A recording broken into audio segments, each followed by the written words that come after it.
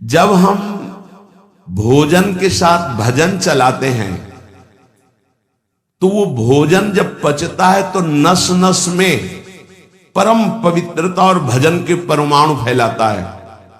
जो अपनी नस नस में नाम, पवित्रता, भक्ति, ज्ञान, तो भोजन में बहुत सावधान रहिए। ये 24 घंटे के लिए हमारे विचारों को अपवित्र या पवित्र करेगा भोजन।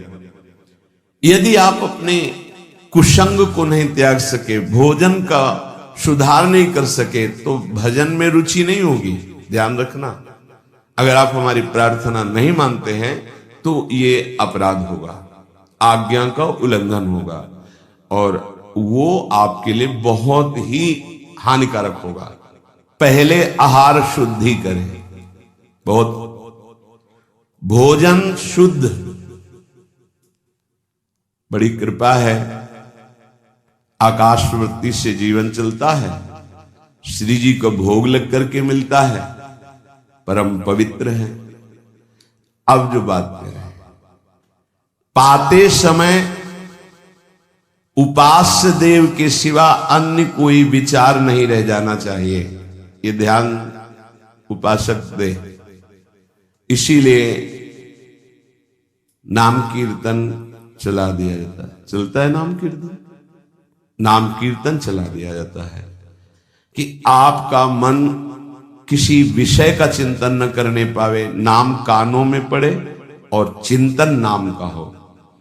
जब हम भोजन के साथ भजन चलाते हैं तो वो भोजन जब पचता है तो नस नस में परम पवित्रता और भजन के परमाणु फैलाता है। अब जैसे आजकल भोजन की प्रथा, जूता मोजा वही शौच में पहन के गए हैं, वही लघु शंका में, और वही होटल में बैठ के वैसे ही जूता मोजा, वही कपड़े, वैसे ही बनाने वाला क्या भाव वाला है, कैसी पवित्रता रखता है, पाने वाला क्या भाव रखे हैं और कैसी पवित्रता है, इन सब का प्रभाव भोजन पे पड़ता है। अगर भोजन ठीक नहीं तो बुद्धि निर्णय नहीं कर पाएगी ठीक। हृदय के नेत्र खुलने के बाद तो बहुत दूर रही, इन नेत्रों से भी सही नहीं दिखाई देता, गंदा ही दिखाई देने लगता है। इन नेत्रों में गंदगी बढ़ जाती है। जिसकी तरफ देखो तो वासना की दृष्टि से देखो, दोष दृष्टि से देखो, राग द्वेष की दृष्टि से देखो, ब्रह्म दृष्टि, भगवत दृष्टि उसकी नहीं आ सकती। ये बहुत जरूरी है। अरे कहीं भागा थोड़ी जा रहा है भोजन, धैर्य पूर्वक चिंतन करते हुए, नाम चल रहा है तो उसी नाम का चिंतन करते हुए। अब जैसे अपने लोग पूर्वाभ्यास तो पद चला लिया, बड़ी सुविधा रहती है। पद, कोई बड़ा पद ले लिया और मानसिक पद गुनगुना भी रहे हैं, चिंतन भी कर रहे, प्रसाद भी खा रहे। कोई पद उठा ले, बड़ा पद, देखत नौ निकुंज सुन सजनी लागत, प्रथम यथामति प्रणव बिहरत दो प्रीतम कुंज। अब जब तक पद पूरा नहीं होगा तो भागेगा नहीं, और भागेगा तो पद नहीं पूरा होगा, पकड़ हो जाएगी।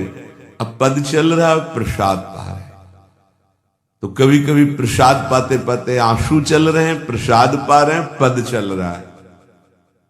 अब वो भोजन क्या करेगा?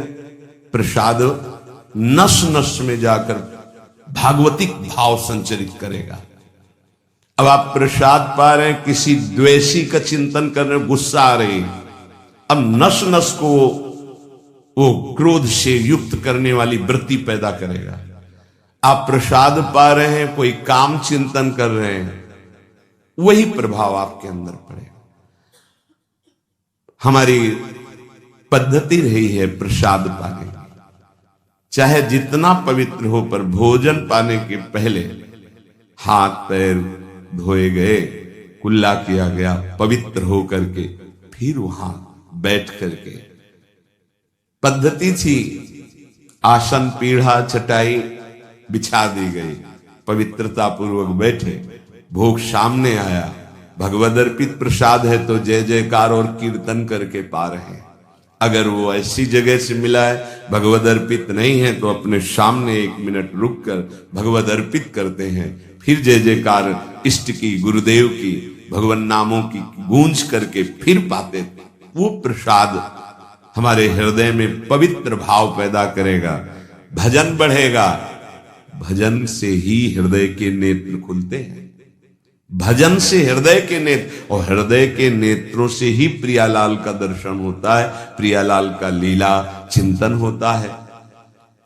जो अपनी नस नस में नाम, पवित्रता, भक्ति, ज्ञान, तो भोजन में बहुत सावधान रहिए। ये 24 घंटे के लिए हमारे विचारों को अपवित्र या पवित्र करेगा भोजन। अगर अशुद्ध भोजन हो गया तो 2-3 दिन तक तो विक्षेप पड़ेगा ही। अगर बहुत ही निषिद्ध भोजन हो गया तो हो सकता है कि भजन भी रुक जाए, विक्षेप क्या रुक जाए, ऐसा ऐसा भोजन होता है। भोजन बहुत संभाल के, भले भूखा रहना पड़े तो अच्छा है 1-2 दिन, पर ऐसा भोजन ना होने पावे जो हमारे भजन को छीण करे।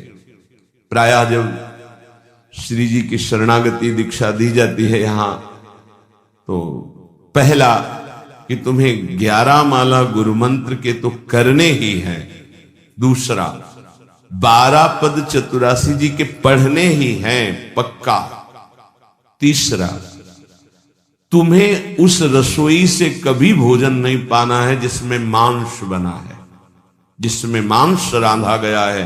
भले तुमको वहां दाल रोटी खीर और ये सब बना के दे, पर वो सात्विक भोजन नहीं होगा, वो राक्षसी भोजन होगा, क्योंकि वो रसोई अपवित्र है, उसके पात्र पवित्र। ये दीक्षा के समय दिया गया। चौथा, जो तुम्हारे उपासना की, इष्ट की, गुरुदेव की, संतों की, भगवत स्वरूपों की निंदा करे, वो चाहे रिश्तेदार, नातेदार, चाहे कोई भी हो, हम उससे संभाषण बैठकर नहीं करेंगे, कान में उंगली डालकर राधा राधा बोलकर चले जाएंगे। ये दीक्षा के समय शिक्षा दी जाती है। यदि आप अपने कुसंग को नहीं त्याग सके, भोजन का सुधार नहीं कर सके, तो भजन में रुचि नहीं होगी।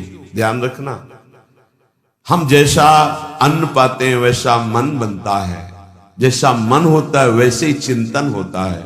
हमें हृदय के नेत्र खोलने हैं तो हमें आहार पवित्र करना है। पवित्र आहार पवित्र चिंतन के साथ हमें पाना है। ऐसे जल्दीबाजी नहीं, जल्दीबाजी है तो हम नहीं पा रहे हैं, जब हमें समय होगा पा लेंगे। कोई प्राण थोड़ी निकल जाएंगे, एक बार में पाएंगे, एक दिन ना पाएंगे, नहीं निकल।